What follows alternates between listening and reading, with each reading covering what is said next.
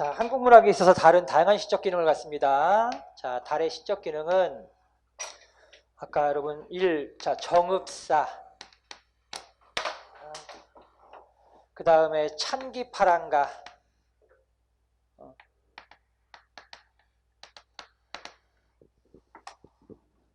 자, 그 다음에 원왕생가, 그리고 관동별곡, 이게 모두 달이 나오는데,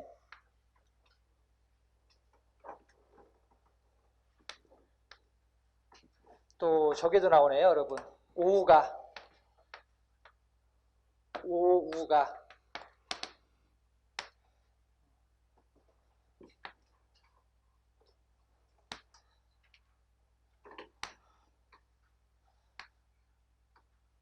자, 정읍사에서는 달이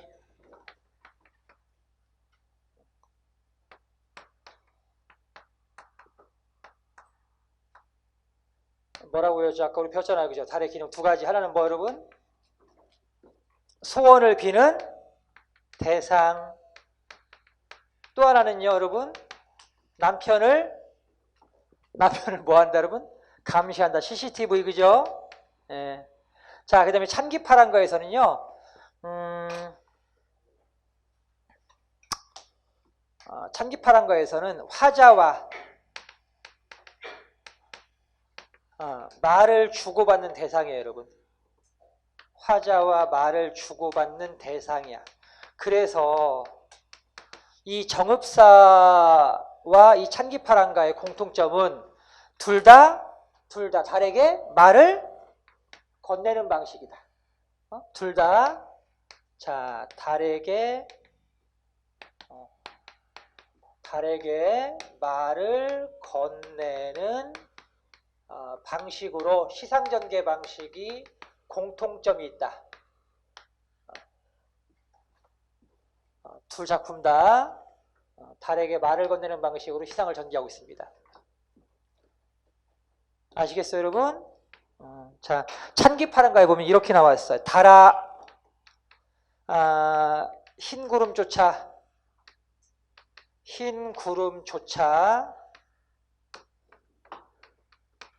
떠가는 것 아니냐. 흰 구름조차 떠가는 것 아니냐라고 달에게 화자가 물어요, 여러분. 이렇게 물어봐. 그랬더니 달이 대답해. 달이 대답해. 새파란 냇물에 뭐가 있어? 기파랑이 있어. 기파랑의 모습이 있어라. 이렇게 달아. 자, 달아. 너 지금 흰 구름 쫓아서 떠가는 것 아니냐? 라고 물어봤고 달이 대답해요. 새파란 냇물에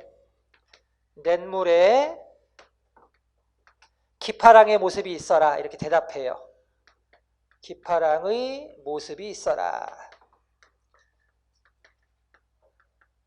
그래서 여러분 이 찬기파랑가는 찬양한다. 누굴 찬양한다? 누구를? 기파랑이라는 화랑을 찬양하는 노래라는 뜻이에요. 알겠어요? 그래서 화자가 달에게 야 달아 너 지금 흰 구름 쫓아 떠가는 것 아니야? 라고 물어보니까 달이 대답해. 그래 새파란 냇물에 지금 기파랑의 모습이 있어라. 이렇게.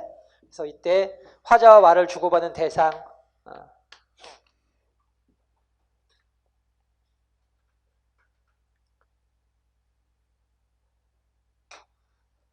자, 그래서 정읍사와 찬기파랑은 모두 화자가 달에게 말을 건네는 방식으로 시상을 전개시켜 나가고 있다. 공통점. 그 다음에 원왕생가에서는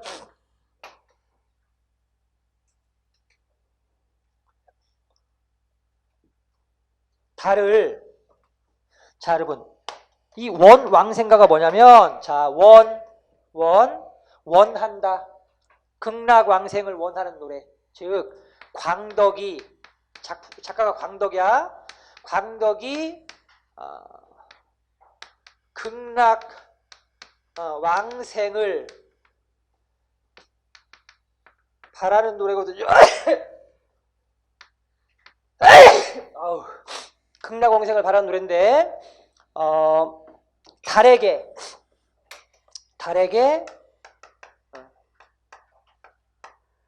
그 자기가 극락 왕생을 바라고 있다고 부처님께 전해달라고 부탁을 해요. 그래서 달은 화자와 부처를 이어주는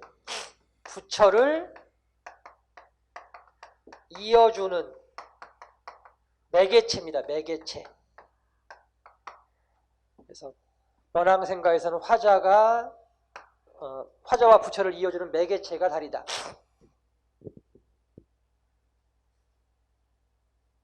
화자와 부처를 이어주는 매개체. 자, 그 다음에 관동별국에서는요, 명월,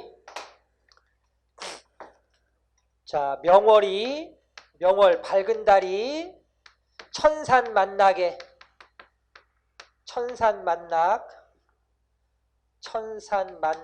안이 비춘 데 없다로 끝나요. 이렇게 안이 비춘 데 없다.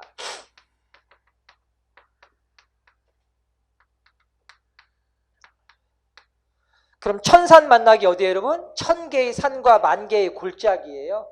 10,000개의 집. 1000개의 산과 10,000개의 마을에 촌락에 1000개의 산과 10,000개의 촌락에 안이 비춘 데 없대요, 여러분. 그럼 명월이 뭐겠어요? 명월이 밝은 달이 1000개의 산과 10,000개의 마을에 안이 비춘 데 없대. 온갖 마을을 환하게 비춰주고 있대요. 그럼 달이 뭐겠어요? 임금이겠죠. 임금, 그렇죠? 임금의 은총. 그래서 이때 달은 바로 임금의 은총입니다.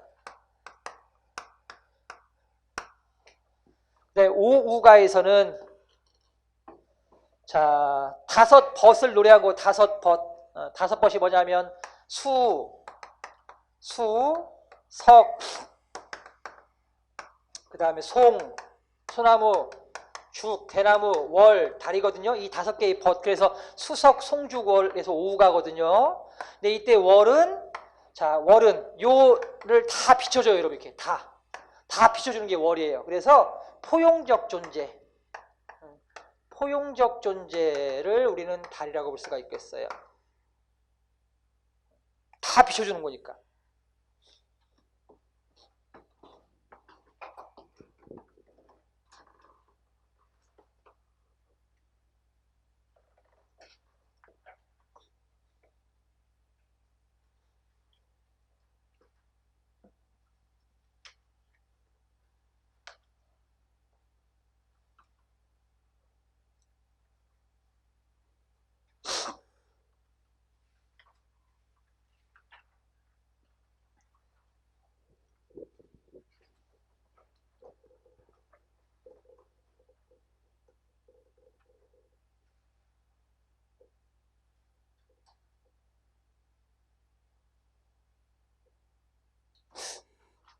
우리 지난 시간에 배웠던 것 중에 저기도 있었는데,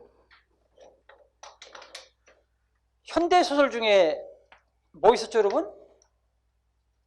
이태준의 뭐 있었어요? 소설에서. 달밤 배웠잖아요, 여러분. 달밤. 그죠?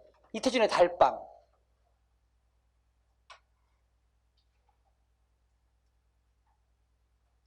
그래서 이 달밤에서는 그 주인공이 누굽니까, 여러분? 여기서 주인공 누구죠? 다 까먹었구나, 여러분.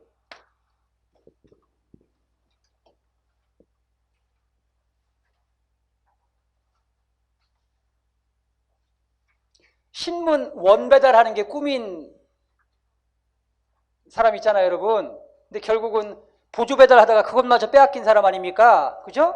근데 이제 내가 그래도 황수건이죠, 황수건. 예, 황수건을 좋게 봐가지고 그 돈을 이제 빌려주잖아요, 여러분. 그죠? 근데 그 돈마저 다 그냥 결국 날려버리는 거 아니야. 그리고 이제 아내도 도망가고. 그래서 결국은 황수건의 그 쓸쓸한 모습과 대비되는 밝은 달, 그죠? 요 밝은 달의 모습을 통해서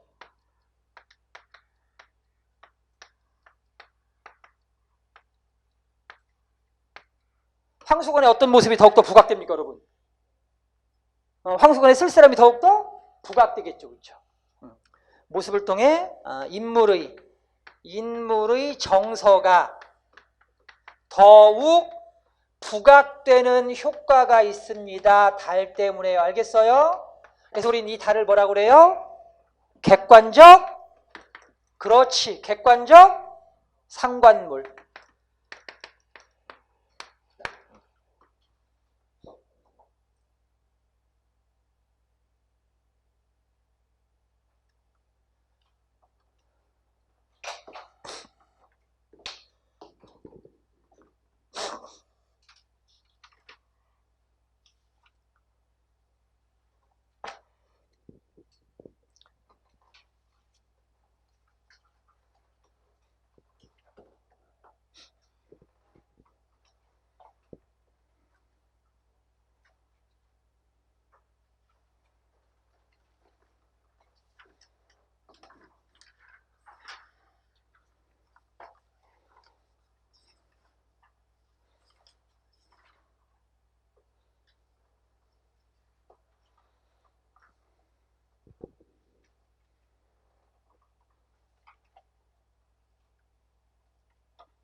자, 이제 비문학 독해의 실제 같이 보도록 하시겠습니다. 시험에 자주 출제되는 일정한 유형들을 분석해서, 그러니까 그 유형별로 유사한 문제들을 쭉 정리를 했습니다. 그래서 이런 형태의 문제들을 많이 풀어보시는 것이 자, 비문학 독해에서 실질적인 점수를 높일 수 있는 가장 좋은 공부 방법이라고 보시면 됩니다. 항상 비문학은 같은 유형의 문제가 출제가 됩니다. 반복되는 패턴의 문제들이 출제가 되니까 자, 지금 우리가 정해진 이 유형의 문제들을 앞으로도 여전히 여러분 열심히 공부하셔야 합니다. 자, 첫 번째, 글의 구조와 논지 전개 방식 파악하는 겁니다. 글의 구조와 논지 전개 방식 파악하기. 이걸 이제 우리는 논리적 사고 능력이라고 해요. 논리적 사고 능력. 자, 1번, 가와 나의 문단 관계를 가장 잘 설명하고 있는 것은 자, 우리말을 논리적 표현에 부적합하다고 생각하는 사람들이 있다.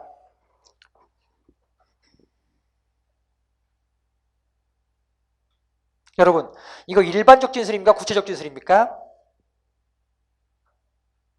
우리말이 왜 논리적 표현에 부적합한지 알 수 없지 않습니까? 그렇죠?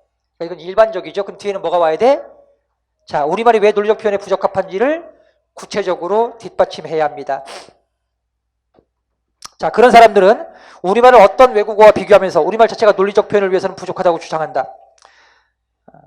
자, 가령 영어로 글을 쓰거나 말을 할 때에는 논리적으로 정확하게 표현하게 되는데 우리말을 사용할 때는 그렇지 않게 된다는 것이다. 자, 이러한 체험적 견해, 즉 뭐라 여러분? 쉽게 말해 주관적 판단이죠, 그죠? 이러한 주관적 견해는 사용하는 사람 자신이 그렇게 느끼는 것이기 때문에 어느 정도는 수긍할 수 있다. 그러나 우리가 느끼는 바가 하나의 심리적 주관적 사실로서 인정될 수 있다 하더라도 그것이 곧 객관적 일반적 사실인지에 대한 의문을 가질 수 있는 것이다.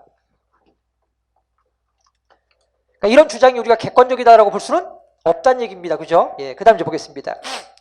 자, 우리말이 논리적 표현에 부적합하다고 하는 것은 우리말을 어떻게 이해하느냐에 따라서 수긍할 수도 있고 그렇지 않을 수도 있다.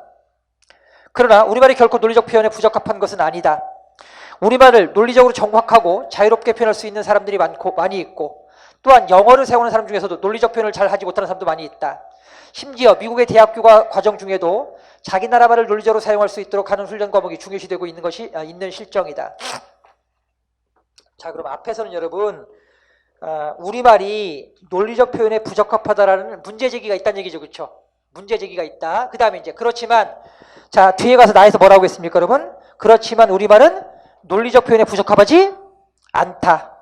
자, 우리말을 논리적으로 정확하고 자유롭게 사용할 수 있는 사람들도 많이 있고 반면 영어를 사용하는 사람들 중에서도 논리적 표현을 잘 못하는 사람들도 있다. 그러니까 우리말이 결코 영어에 비해서 논리적 표현 능력이 떨어지는 것은 아니다라고 했잖아요. 그죠? 그럼 앞에서 제기된 문제를 뒤에 가서 뭐 했습니까, 여러분? 해명한 것이죠? 예, 그러니까 앞에는 문제 제기 뒤에는 해명의 구조로 이루어져 있습니다.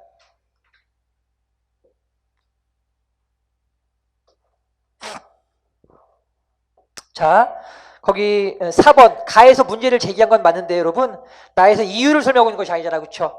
만약 여러분 나가 이유이려면 가가 무엇이어야 됩니까? 주장이어야 되겠죠. 그렇죠?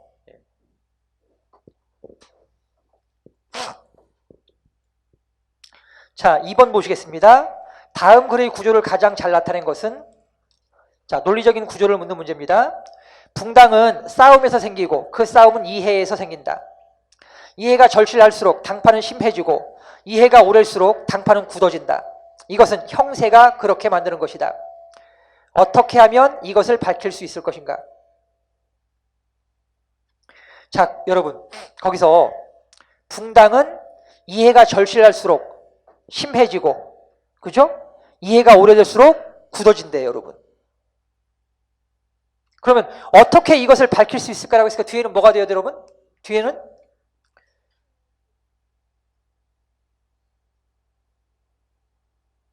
붕당이 왜 이해가 절실할수록 붕당, 즉 당파가 왜 이해가 절실할수록 더 심해지고 당파가 왜 오래될수록 더 굳어지는지에 대한 설명이 뒤에 와야 되겠지, 그쵸? 뒷받침이 뒤에 와야 되잖아. 그죠, 여러분?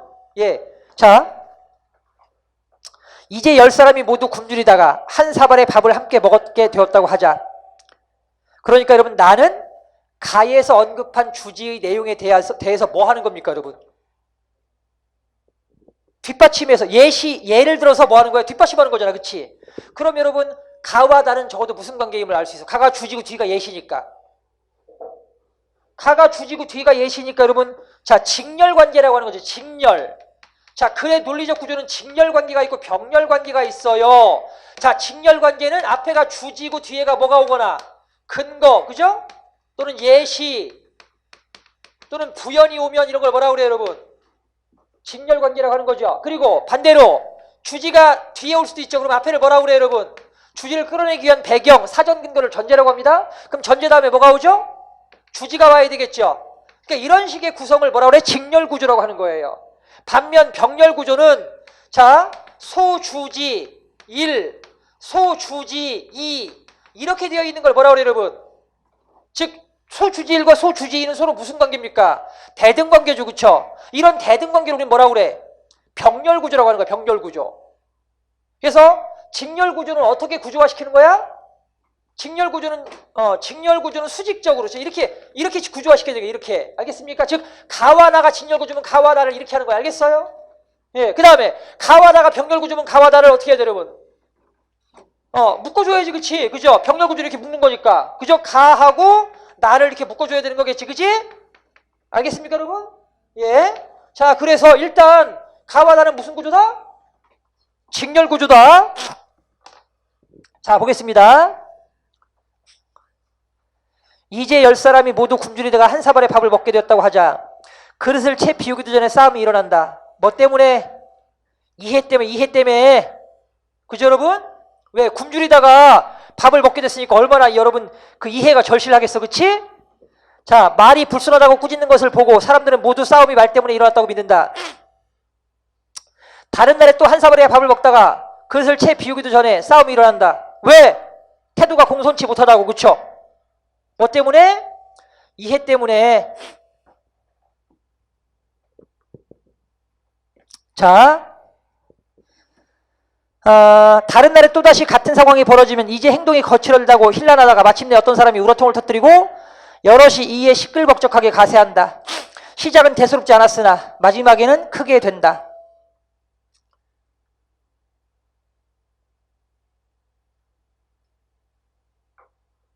자, 그 다음에 보겠습니다.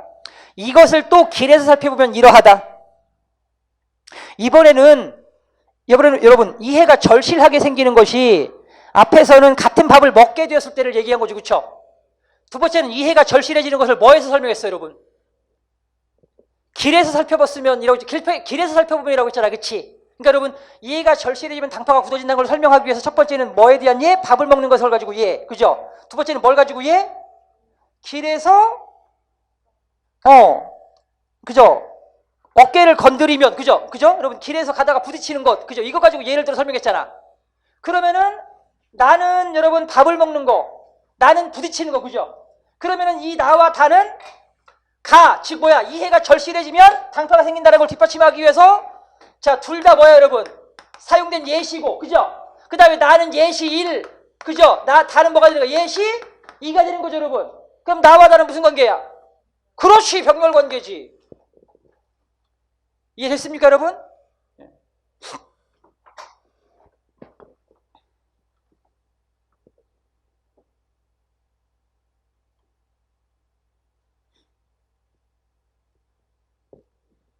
자, 이로써 보면 이 두 개를 통해 보면 싸움이 밥 때문인지 말이나 태도나 행동 때문에 일어나는 것인지 아님을 알 수 있다. 이해의 연원이 있음을 알지 못하고 그 잘못됨을 장차 고칠 수 없는 법이다.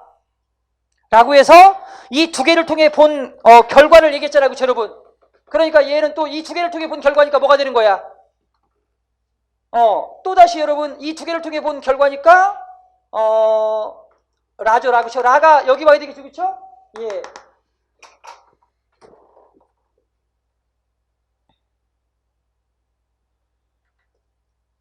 그 다음에 마지막에 결국 나라의 분당도 이와 다를 게 무엇인가라고 했으니까 역시 또 뭐예요, 여러분? 앞의 내용에 대한 연결이죠. 그렇죠? 예, 그래서 마가 그 뒤에 오면 되겠네. 답은 몇 번이다, 여러분? 몇 번입니까? 2번입니다. 이해되셨죠? 예, 다음 보시겠습니다.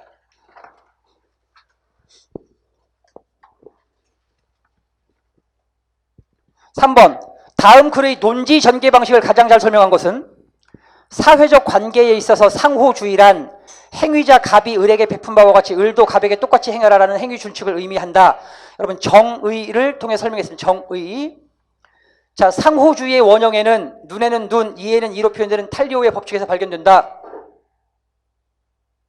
그것은 일견 피해자의 손실에 상응하는 가해자의 처벌을 정당화한다는 점에서 가혹하고 엄격한 성격을 드러낸다. 자, 만약 상대방의 밥그릇을 뺏었다면 자신의 밥그릇도 미련 없이 내주어야 하는 것이다. 예시입니다. 예시. 상호주의의 예시. 알겠습니까? 그럼 정의 사용했고 예시 사용했습니다. 그러나 탈리오 법칙은 온건하고 합리적인 속성을 동시에 함축하고 있다. 여러분 앞에서 상호주의는요 엄격하다라고 했지, 그치? 그쵸? 가혹하고 엄격하다. 근데 뒤에서 뭐라고 했죠, 여러분? 그러나 탈리오 법칙은 온건하고 합리적인 속성을 동시에 갖고 있다고 했죠, 그쵸? 그럼 앞에 했던 주장을 반박했습니다. 그쵸, 여러분? 예, 그래서 자, 상반되는 논지를 제기해서 주장을 펼쳐나가는 방식을 쓰고 있습니다.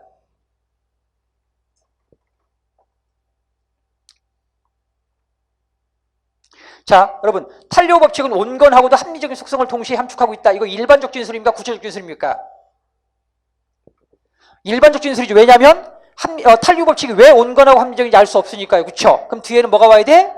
탈리오 법칙이 왜 온건하고 합리적인지에 대한 구체적인 뒷받침이 와야 합니다.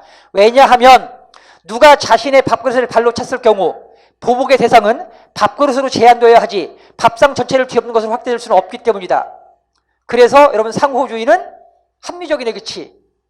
그죠? 밥상을 엎었으면 너도 내 밥상만 엎어라, 그죠? 얼마나 합리적입니까, 여러분? 역시 예시를 통해서 주장을 뒷받침하고 있습니다. 알겠습니까, 여러분? 자, 그러니까 자, 논지전개 방식이 뭐라고, 여러분? 자, 주장 1 그리고 주장 1에 대한 뭐, 여러분? 사례를 통한 뒷받침. 알겠어요? 그 다음에 이 주장과 반대되는 뭐 제시했어요? 주장 2 그리고 주장 2에 대한 또 마찬가지로 뒷받침할 수 있는 뭐 제시했어요, 여러분? 사례 제시했죠. 그렇죠? 이게 이 글에 사용된 논지 전개 방식인 겁니다. 알겠습니까?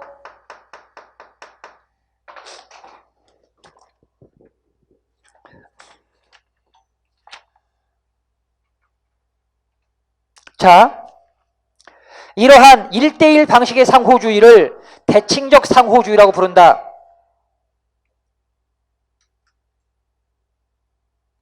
하지만 엄밀한 의미에서의 대칭적 상호주의는 우리의 실제 생활에서 별로 흔하지 않다. 오히려 되로 주고 말로 받거나 말로 주고 되로 받는 교환관계가 더 일반적이다. 자, 이를 대칭적 상호주의와 대비하여 비대칭적 상호주의라고 일컫는다. 그러니까 대칭적 여러분 상호주의는 준 만큼 뭐 한다, 여러분? 받는다, 그렇죠? 받은 만큼 준다. 이게 대칭적 상호주의고, 반면 비대칭적 상호주의는 말로 주고 되로 받거나 되로 주고 말로 받거나, 그렇죠? 그래서 비대칭적 상호주의를 얘기했습니다. 자, 그렇다면 교환되는 내용이 양과 질의 측면에서 정확한 대등성을 결여하고 있음에도 불구하고 교환에 참여하는 당사자들 사이에 비대칭적 상호주의가 성행하는 이유는 무엇일까? 자, 묻고 답하는 방식도 쓰고 있습니다.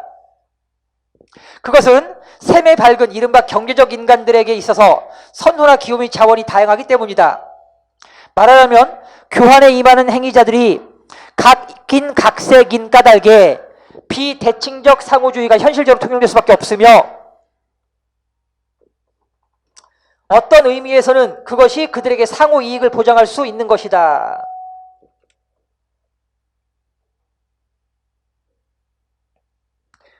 말하자면 여러분, 교환에 임하는 행위자들이 각인각색인 까닭에 교환에 임하는 행위자들이 각인각색이래. 그래서 비대칭적 상호주의가 더 성행한대. 아까 제가 속담 가지고 설명드렸었는데 아까 낮에. 자, 예를 들면 봐봐 여러분.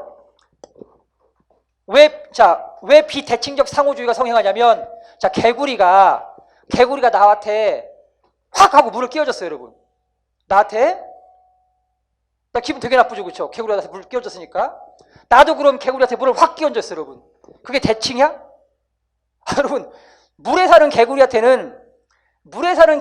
물을 끼얹는 건 아무런 징계가 아닙니다 여러분. 그쵸? 그러니까 나한테 개구리가 물을 끼얹는 건 나한테는 뭔가 좀 이렇게 큰 손해가 될 수 있지만, 옷 버리잖아, 옷. 그죠?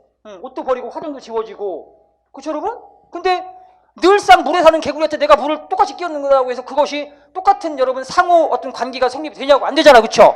그러니까 여러분 실제 우리가 생활에서는 각인각색이기 때문에 뭐가 더 성행할 수밖에 없다? 비대칭적 상호주의가 더 성행할 수밖에 없는 것입니다.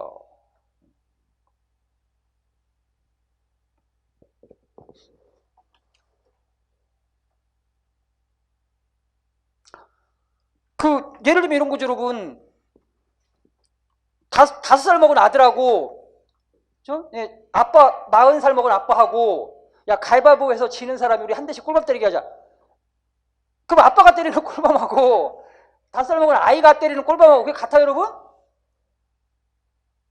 그럼 상호 등가성을 갖지 못하지 않습니까? 그렇죠? 예, 그러니까 여러분, 아빠 싫어요. 내가 때리면 아빠 아프지도 않은데 뭘, 아빠는 대신 나한테 용돈 10,000원 줘. 이렇게 되는 거죠. 그렇죠? 예, 그러니까 뭐가 성행한다? 비대칭적 상호주의가 성행한다. 이해됐어요 여러분? 예. 자, 그러면은요 여러분, 이 글에 사용된 설명 방식입니다. 바로 정의, 그 다음에 대칭적 상호주의와 비대칭적 상호주의를 비교하고 대조했고요. 그 다음에 각각의 상호주의를 설명하면서 구체적인 예를 두 개 뒷받침했습니다. 이해되셨어요? 예, 정답은 3번입니다.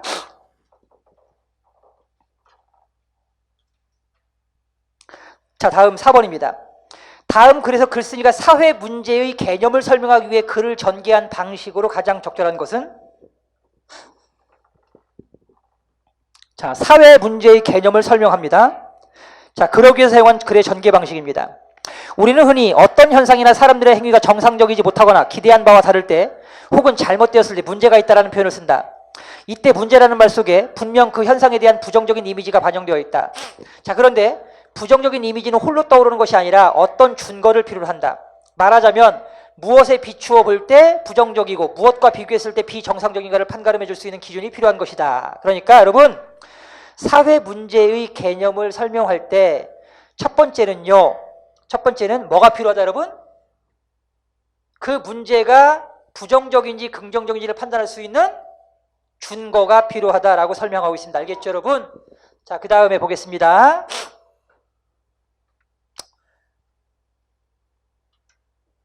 자, 한편 문제 상황은 개인적일 수도 있고 사회적일 수도 있습니다.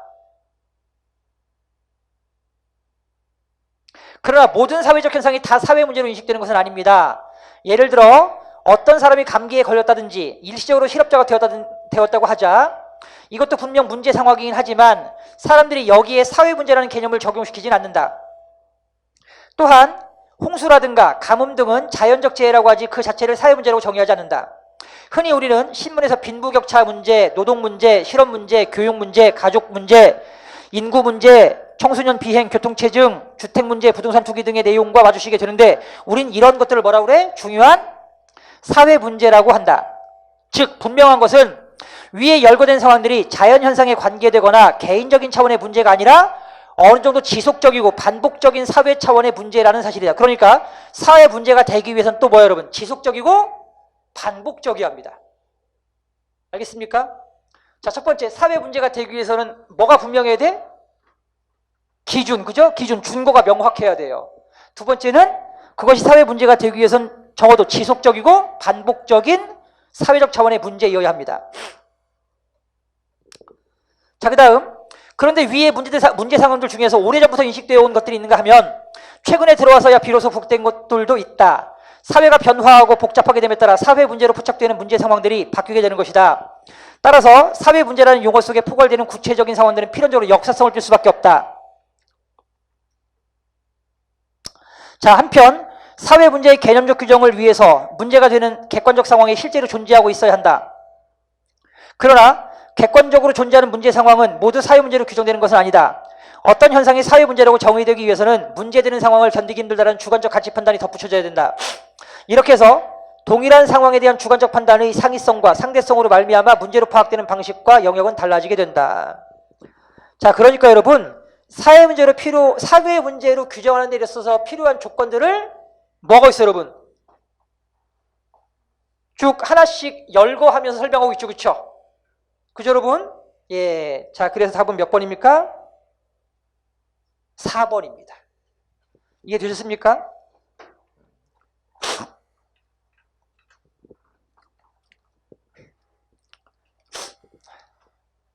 자, 그 다음에 다음 글의 논지 전개 방식을 가장 잘 설명한 것은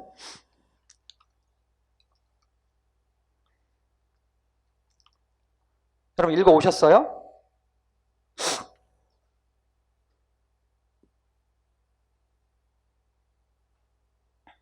자,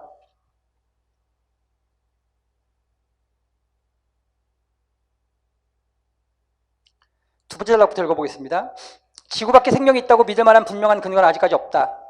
그럼에도 불구하고 일부 과학자들은 외계 생명의 존재를 사실로 인정하려 한다. 그들은 천문학자들이 스펙트럼으로 별 사이에 있는 성운에서 메탄올과 같은 간단한 유기 분자를 발견하자 이것이 외계 생명의 증거라고 하였다. 그러나 별 사이의 공간은 거의 진공 상태이므로 생명이 존재하기 어렵다. 외계 생명의 가능성을 지지하는 또 한 가지 증거는 운석에서 유기 분자가 추출되었다는 것이다. 1969년 호주의 머치슨에 떨어진 운석 조각에서 모두 74종의 아미노산이 검출된 데서 알 수 있듯이 유기 분자가 운석에 실려서 외계에서 지구로 온다는 것은 분명한 사실이다. 그러니까 자, 외계에 생명체가 존재한다는 얘기입니다. 그 다음 한편 이와는 달리 그러니까 자, 앞에서는 결국 외계에서 온 생명체가 지구에 퍼져서 생명이 출현했다고 보는 겁니다. 알겠습니까? 지구의 생명이 자, 포자설 즉 외계에서 비롯된 생명체가 퍼져가지고 자, 지구에서 생명이 만들었다는 견해가 포자설입니다. 알겠어요? 자, 반면 한편 이와는 달리 운석이 오히려 지구상의 생명을 멸종시켰다는 가설도 있다. 한때 지구의 주인이었던 공룡이 중생대 말에 갑자기 멸종했는데 이에 대하여 1980년대 알바레즈는 운석 충돌을 그 원인으로 추정했다. 자, 뒤에 자, 이를 바탕으로 그는 중생대 말에 지름 약 10km의 운석이 지구에 떨어졌고 그에 따라 엄청나게 많은 먼지가 발생하면서 수십 년 동안 햇빛을 차단한 나머지 기온이 급강하였으며 이로 말미암아 공룡을 비롯한 대부분의 생명이 멸종되었다고 주장한다. 그러니까 여러분 운석의 그 존재가 오히려 지구의 생명을 멸종시켰다라는 반박적 견해입니다.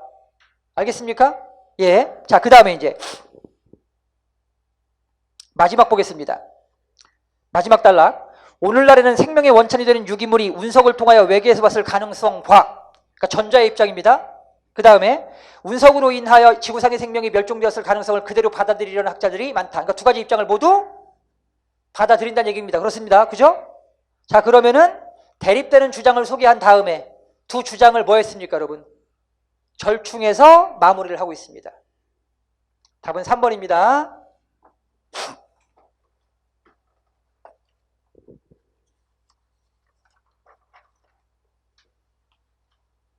자, 다음 보겠습니다. 자, 바르지 않은 것은 자, 내 주변에는 나처럼 생기고 나와 비슷하게 행동하는 수많은 사람들이 있다. 나는 그들과 경험을 공유하며 살아간다. 그렇다면 그들도 나와 같은 느낌을 가지고 있을까? 가령 나는 손가락을 베이면 아프다는 것을 다른 무엇으로부터 추리하지 않고 직접 느낀다. 하지만 다른 사람의 경우 아야 라는 말과 움츠러지는 행동을 통해서 그가 아픔을 느꼈으리라고 추측할 수밖에 없다. 이때 그가 느낀 아픔은 과연 내가 느낀 아픔과 같은 것일까? 왜? 추측할 수밖에 없으니까.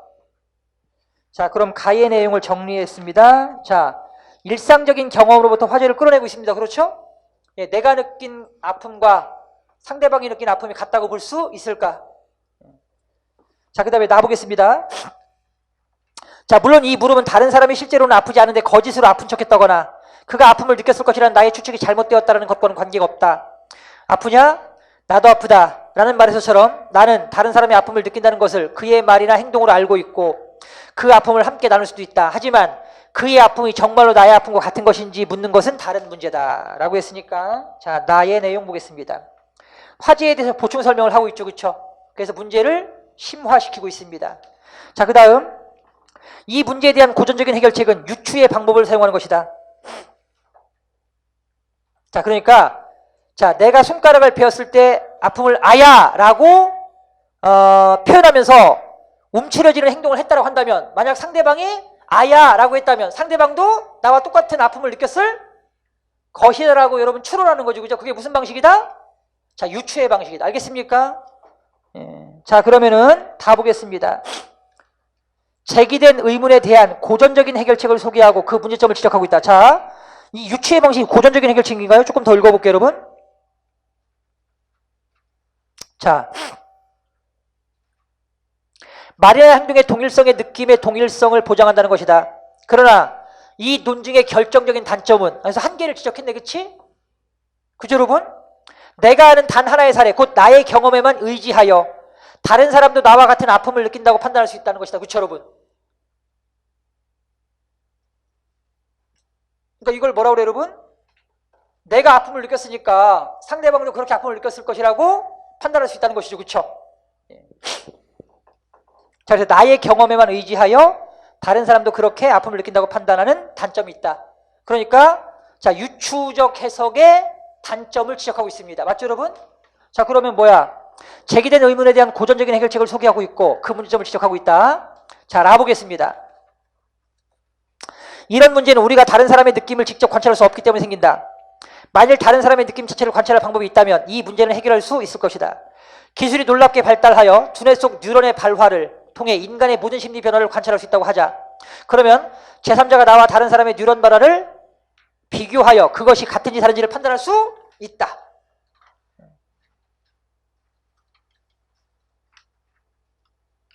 자, 이때에도 나는 특정한 뉴런 발화가 나의 이런 느낌과 관련된다는 것을 분명히 알 수 있지만 그 관련이 다른 사람의 경우에도 똑같이 적용되는가 하는 것까지 알 수는 없다라고 했으니까, 여러분, 제기된 의문이 과학적인 방법에 의해서 해결될 수 있음을 보여주고 있다. 그렇지 않습니다.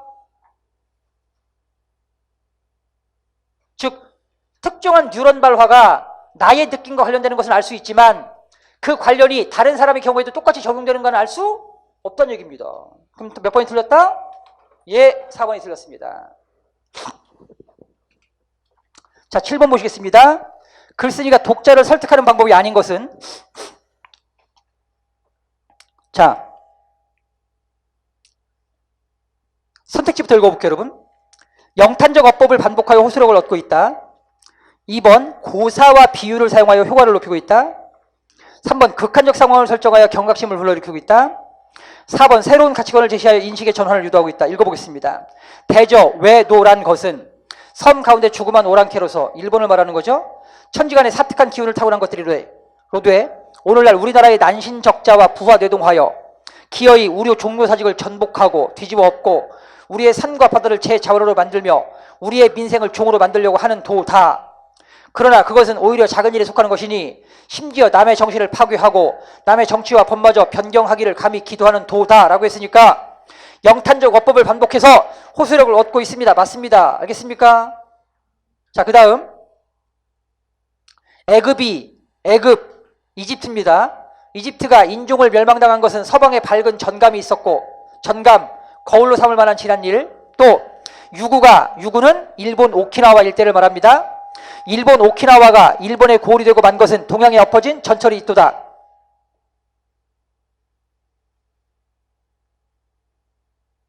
자, 고사, 그죠? 고사 사용하고 있습니다. 그렇죠, 여러분? 옛날 이야기. 자, 우리 백성은 오라로 묶이고 형틀에 매여 노예의 처지를 면하기 어려울 것이며 저들은 수레를 실어가지고 배로 운반하여 장차 동해같이 깊은 욕심을 채울 것입니다. 거기 비유적 방법 썼네요, 여러분. 동해같이 깊은 욕심. 자, 이제 우리는 죽을 때에 임하여 부르짖기보다는 시기를 타서 일제히 일어날 일이다. 아, 저들은 변경과 개혁을 마음대로 하고 우리 임금을 패하고 세움조차 저들 손에 살렸구나.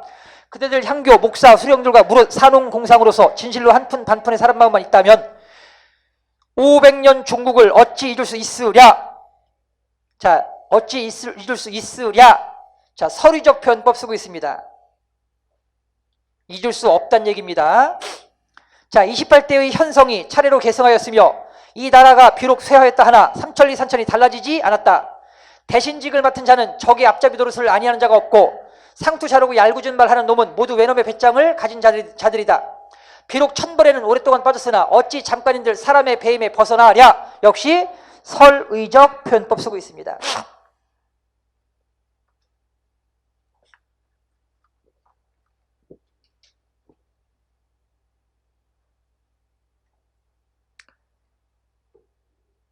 자, 여러분 3번 극한적 상황을 설정했다라고 했는데 봐봐. 하나 둘 세 번째 단락에 보면 우리는 죽을 때에 임하여 극한적 상황이죠. 그렇죠? 또 우리 임금을 패하고 세움조차 저들 손에 달렸구나. 극한적 상황이죠. 예, 그러면은 1번, 2번, 3번은 모두 맞습니다.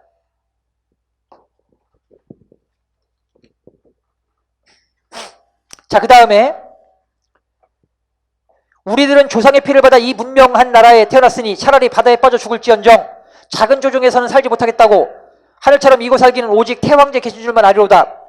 의사를 불러 이끌고 영웅을 불러일으켜 피를 뿌리며 단에 올라 천지에 고하고 자 울면서 대궐을 바라보며 기우는 바야흐로 바람과 구름처럼 설레이도다. 여기도 비유적인 표현 썼고요. 비록 무기가 정의하지 못하다 하나 맹자의 말과 같이 덕이 있으면 몽둥이를 가지고도 진초의 갑옷 입은 군사를 칠 수 있나니 고사 사용하고 있습니다. 자, 그러니까 1번, 2번, 3번은 확실합니다. 알겠습니까? 자, 4번이 틀렸습니다. 다음 넘어가겠습니다. 자, 8번. 다음 글의 내용 전개상의 특징과 효과로 바르지 않은 것은 자, 단어들은 의미를 중심으로 상호 유기적 관계를 맺고 있다. 여기서는 단어의 의미가 종적으로 대치되는 의미의 계열 관계를 중심으로 단어의 유의 관계를 살펴보기로 하자. 자, 유의 관계는 의미가 같거나 비슷한 둘 이상의 단어가 맺는 의미 관계를 말하며 그 짝이 되는 말들은 동의어 혹은 유의어라고 한다. 실제로 의미가 같고 모든 문맥에서 치환이 가능한 동의어는 그 수가 매우 제한되어 있기 때문에 유의 관계 대부분은 개념적 의미의 동일성을 전율한 유의어를 가리킨다.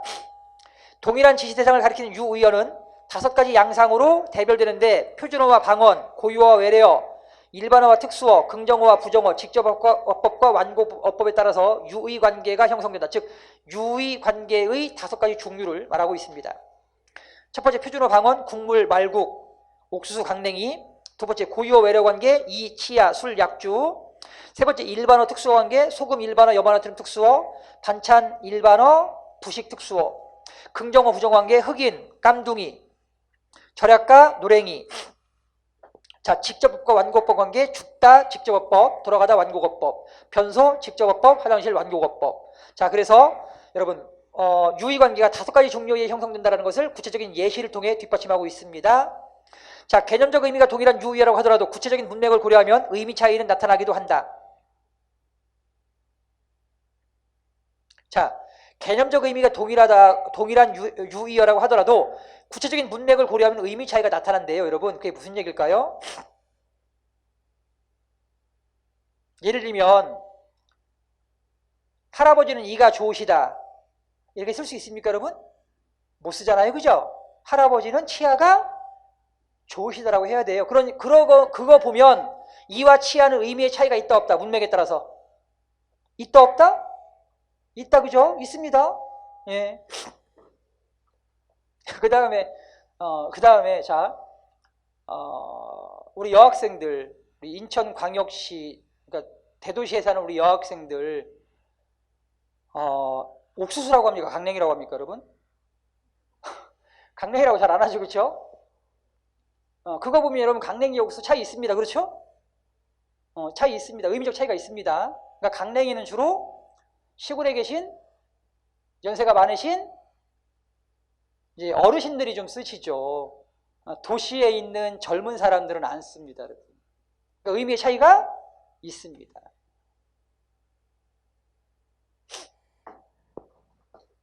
자, 이해됐습니까, 여러분? 그래서 다양한 문맥에서 개념적 의미가 동일한 경우가 있는가 하면 한정된 문맥에서만 그런 경우가 있는데 이 경우에는 두 단어 간의 의미 차이가 나타난다. 자, 그러면은 적절하지 않은 거 찾는 거죠. 그죠? 적절한 예를 들어가며 독자가 내용을 쉽게 이해할 수 있도록 설명하고 있습니다. 그 다음에 용어의 개념을 분명히 하고 있죠. 동의어 혹은 유의어라고 한다. 그 다음에 일정한 기준에 따라 대상, 즉 유의어를 분석해서 설명하고 있죠. 그죠? 맞죠, 여러분? 자, 사실과 의견을 명확히 구분함으로써 관계 없는 내용입니다. 자, 여기까지 하고 잠시만 쉬었다 하겠습니다.